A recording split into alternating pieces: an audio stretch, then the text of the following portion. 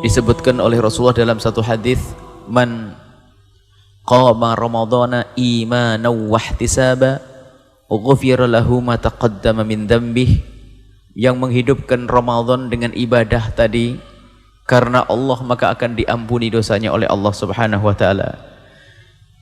Kemudian di bulan Ramadan ada satu amalan wajib, yaitu puasa yang ya ayyuhalladzina amanu kutiba alaikumusyamu kama kutiba alal ladzina min qablikum la'allakum tattaqun.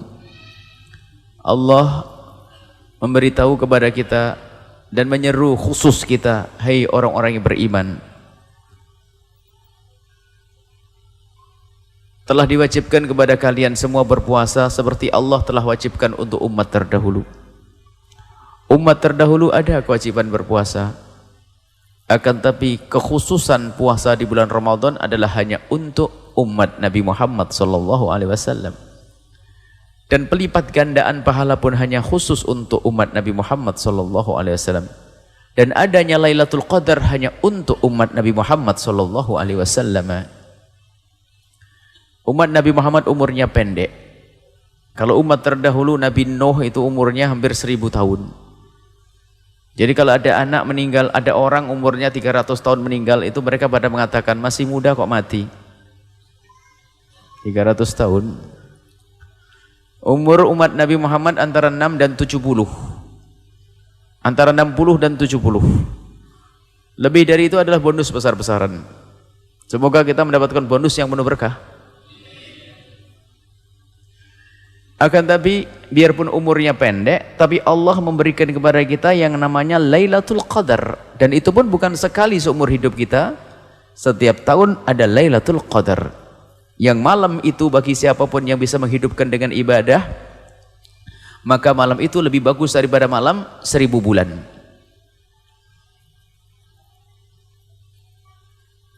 Lebih bagus dari 1000 bulan. Dihitung 1000 bulan. Itu lebih daripada umur kita. Bahkan nanti kalau dijumlah dari umur tahun ke tahun melebihi daripada umur Nabi terdahulu. Itulah umat baginda Nabi Muhammad SAW, umurnya pendek akan tapi mudah untuk mendapatkan pahala. Dan kalau dipikir ujiannya enteng. Sebab di dunia ini ujian, sebab Anda di ujian, ujiannya banyak, panjang atau pendek pengennya? Di kelasnya. Kalau dunia langsung ketahui paham. Nanti kalau pendek cepat mati gitu ya. Nggak, kalau kita masuk kelas ujiannya pengennya jangan lama-lama deh, dites, diinterogasi atau diuji, pengennya cepat. Karena ujian tuh nggak enak. Deg-degan ditanya ini itu. Dan ujian di dunia itu ujian semua.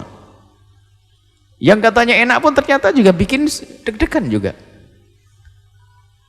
Nggak punya suami, pengen suami, susah. Giliran punya suami, kadang susah katanya. Nggak punya anak susah, punya anak sakit susah. Susah. Dunia susah. Nggak punya duit bingung. Pak punya duit bingung belanja apa? Bingung, saya manusia. Kalau sudah di surga sudah enak betul. Terlintas di hati sudah dikasih oleh Allah Subhanahu wa taala. Baik, ini dunia ujian.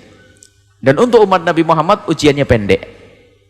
Tapi ujian yang pendek ini akan diberi oleh Allah imbalan yang besar di hadapan Allah Subhanahu wa taala. Dengan ujian yang pendek, tapi kualitasnya melebihi daripada umat terdahulu. Di antaranya kita diberi bulan Ramadan, bulan dilipat gandakan pahala, dan di bulan Ramadan ada lagi nanti Lailatul Qadar yang disembunyikan oleh Allah.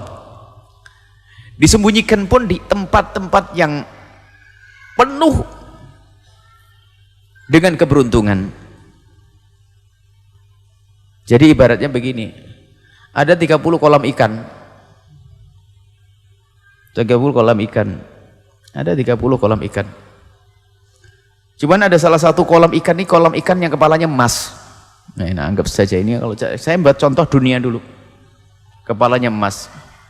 Cuman di setiap kolam ikan itu ikannya banyak, ada udang segala macam. Jadi kita pun nyiduk biarpun tidak kena ikan emasnya, ikan kepala emas, tapi dapat ikan yang lainnya. Kan itu. Artinya misalnya kita menghidupkan malam Ramadan yang pertama, biarpun malam itu belum Lailatul Qadar, tapi pahalanya tetap berlipat ganda. Ini umat Nabi Muhammad SAW. Malam yang kedua kalau belum ketemu Lailatul Qadar, ternyata kita menghidupkan malam itu, kita mendapat pahala yang berlipat ganda. Dan sengaja disembunyikan. Kalau urusan dunia kita senang. Yang penting 30 kolam itu milikku, terserah disembunyikan di mana, yang penting panen terus, kan gitu. Mestinya kita, yang penting aku akan panen setiap malam. Tidak tahu Lailatul Qadarnya di malam yang mana, saya nggak tahu. Kalau kita paham urusan duit, mestinya kita lebih paham urusan ini.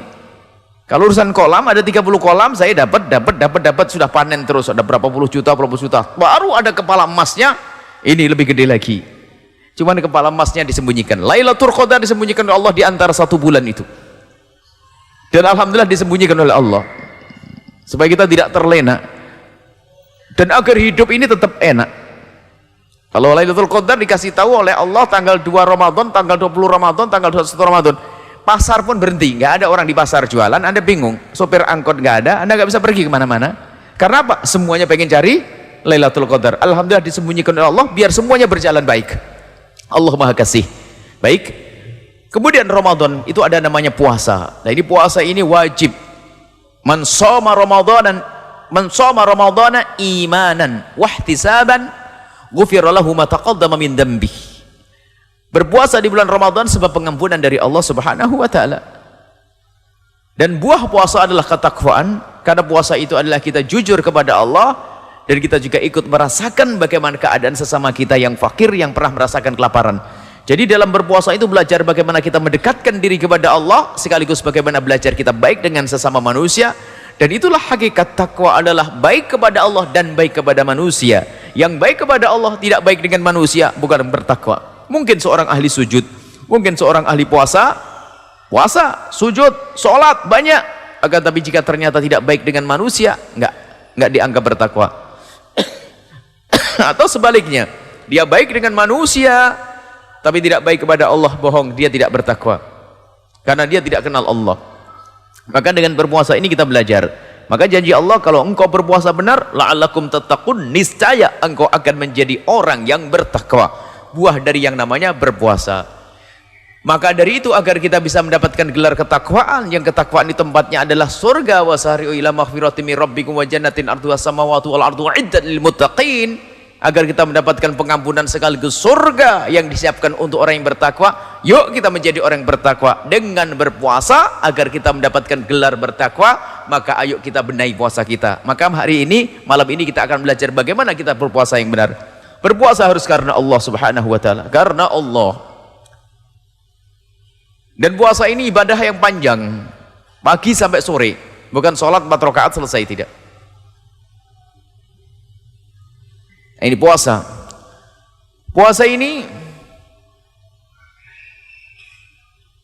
khusus, Allah akan berikan pahala khusus bagi orang yang berpuasa. Semuanya pahalanya dari Allah. Tapi Allah sudah berjanji untuk puasa itu, fa innahu li wa ana ajzi bih.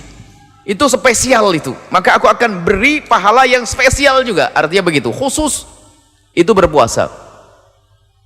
Maka mari kita sempurnakan puasa kita. Kita harus punya ilmu berpuasa. Malam ini kita akan belajar singkat bagaimana kita berpuasa yang benar. Yang pertama adalah niat. Setelah kita mendengar berita bahwasanya malam Id besok adalah Ramadan, maka kita sudah boleh niat mulai dari tadi maghrib. Jadi mulai kapan niat untuk esok hari itu boleh? Mulai waktu maghrib tiba, itu boleh niat kita esok hari. Jangan nunggu waktu isya. Artinya tidak harus nunggu waktu isya, nunggu setelah tarawih, tidak. Jadi niat puasa itu mulainya adalah kapan kita mendengar kentong atau suara azan, berarti kita sudah masuk hari berikutnya, sudah boleh kita berpuasa niat untuk esok hari.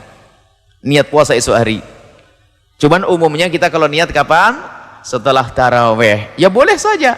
Sampai kapan? Yang penting mulai terbitnya matahari, kita sudah mulai boleh niat untuk esok hari sampai terbitnya fajar. Kalau sudah fajar terbit, nggak boleh lagi niat. Nggak ada niat lagi kalau sudah masuk waktu subuh. Jadi waktu niat kita terbentang sepanjang malam itu. Dan kita wajib menginapkan niat. Kita tabyid, wajib kita niatnya di malam hari. Kalau kita lupa tidak niat di malam hari, puasa kita tidak sah. Maka harus niat di malam hari. Dan niat itu cukup dengan hati, dan niat itu mudah. Jangan dipersulit urusan niat. Niat itu boleh, nawaitu shawma ghadin an adai fardhi syahri ramadhana oleh hadhihi sanata fardalillahi ta'ala. Itu panjang, gak hafal saya, sudah dah. Nawaitu shoma, aku kalau dah hafal panjang itu, aku niat puasa Ramadan, selesai. Ya Allah, saya mau puasa besok, ya Allah Ramadan, selesai. Faham, Allah ngerti. Yang penting Anda bermaksud mau berpuasa esok hari. Nah ini. Niat digampangkan. Kadang-kadang nawaitu shoma hoten dipanjang-panjangin tambah ruwet. Kadang-kadang fi'ism khairu musorenya Ramadana, Ramadani, Ramadan. Ah, ini murid. Nah, ini Ramadan tetap sah kok. Jangan dipersulit untuk orang. Nawaitu shoma, kalau ada belajar niat yang benar yang lebih sempurna, bolehlah. Nawaitu shoma ghadin an ada'i fardhi syahri ramadhani hadhihi sanati. Kok jadi tibu ya? Itu bukan bahasanya orang nahwu, udah bingung. Ramadhan hadhihi sanati fardhulillahi ta'ala. Nah, ini jadi niat yang panjang boleh, sempurna ini. Niat yang panjang sempurna boleh, tapi yang penting itu paling pentingnya niat itu apa? Aku niat puasa Ramadan, selesai. Sebab ada sebagian orang yang susah menghafal, apalagi ini ibadah tahunan. Kalau sholat kan sehari 5 kali, jadi mudah menghafalnya. Tapi kalau puasa kadang-kadang sudah nggak puasa, sudah lupa. Jadi sekarang sudah itu mulai hafal niat, nggak hafal kertasnya ketinggalan, bisa nggak puasa nanti. Jadi dimudahkan saja urusan niat. Aku niat puasa esok hari, selesai. Baik. Dan harus di malam harinya, mulai dari terbenamnya matahari sampai sebelum fajar terbit, sebelum waktu subuh. Baik, setiap malam satu menurut madhab kita Imam Asy-Syafi'i radhiyallahu ta'ala anhu. Cuman nanti untuk kemudahan, mohon nanti kita niat mengikuti madhabnya Imam Malik. Kalau niat itu diborong saja, karena madhab Imam Malik karena satu Ramadan dianggap satu paket. Jadi boleh kita niat di malam yang pertama puasa itu, ya Allah aku mau niat puasa penuh sebulan di bulan Ramadan, gitu. Allah sudah paham dan ngerti. Nanti hari berikutnya, kalau Anda masih ingat niat, hendaknya Anda niat. Kalau tiba-tiba Anda lupa, Anda sudah niat ikut madhab Imam Malik rahimahullah ta'ala. Jadi dirapel niatnya, boleh didobel niatnya. Malamnya niat, malam pertama Ramadan, aku niat puasa Ramadan sebulan penuh, ya Allah, selesai. Itu dipermudah saja urusan niat. Dan niat itu di dalam hati sudah sah. Tidak usah diucapkan. Misalnya begini, Anda ingat niat, langsung saja dilintaskan dalam keadaan apapun. Dalam keadaan apapun. Bahkan mungkin dalam keadaan Anda di dalam sholat. Kalau sholat, niat sholat batal. Tapi kalau di dalam sholat terlintas di hati Anda ingin puasa, itu sudah sah niat Anda. Misalnya, saking begitu pentingnya niat, jangan sampai ketinggalan. Makanya niat pun boleh habis buka, Allahumma lakal sumtu, selesai. Setelah itu apa? Dhahabat dhamu, selesai, langsung baca niat, boleh sah.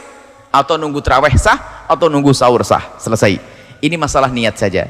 Kemudian setelah Anda niat, Anda harus menjauhi segala sesuatu yang dilarang agar sah. Jadi puasa itu adalah menahan diri dari hal yang membatalkan, mulai dari terbitnya fajar shadiq, masuk subuh maksudnya, sampai terbenamnya matahari.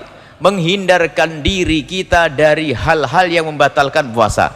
Maka setelah itu kita wajib belajar apa sih yang membatalkan puasa. Apakah membatalkan puasa cukup tidak makan saja? Oh tidak. Dan batalkan puasa ada yang batalkan secara lahir dan batalkan secara batin.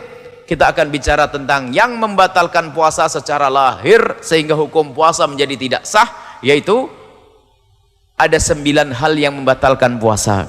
Ini sudah sering kami ulang-ulang, dan juga bersama seringnya sebagian kita lupa, maka begitu juga kami akan mengulang-ulang. Jadi yang membatalkan puasa itu ada 9, saudara. Pokoknya dihafal 9, selebihnya jangan dipikirin. Ada buku kecil ini, bisa dicari nanti. Puasa praktis, 9 hal yang membatalkan puasa, dan 9 orang yang boleh berbuka puasa. Ini praktis ringan. Ini bisa diajarkan di musola-musola ringan, sedikit demi sedikit. Ini bisa 3 hari 4 hari khatam, sehingga orang punya bekal berpuasa yang benar.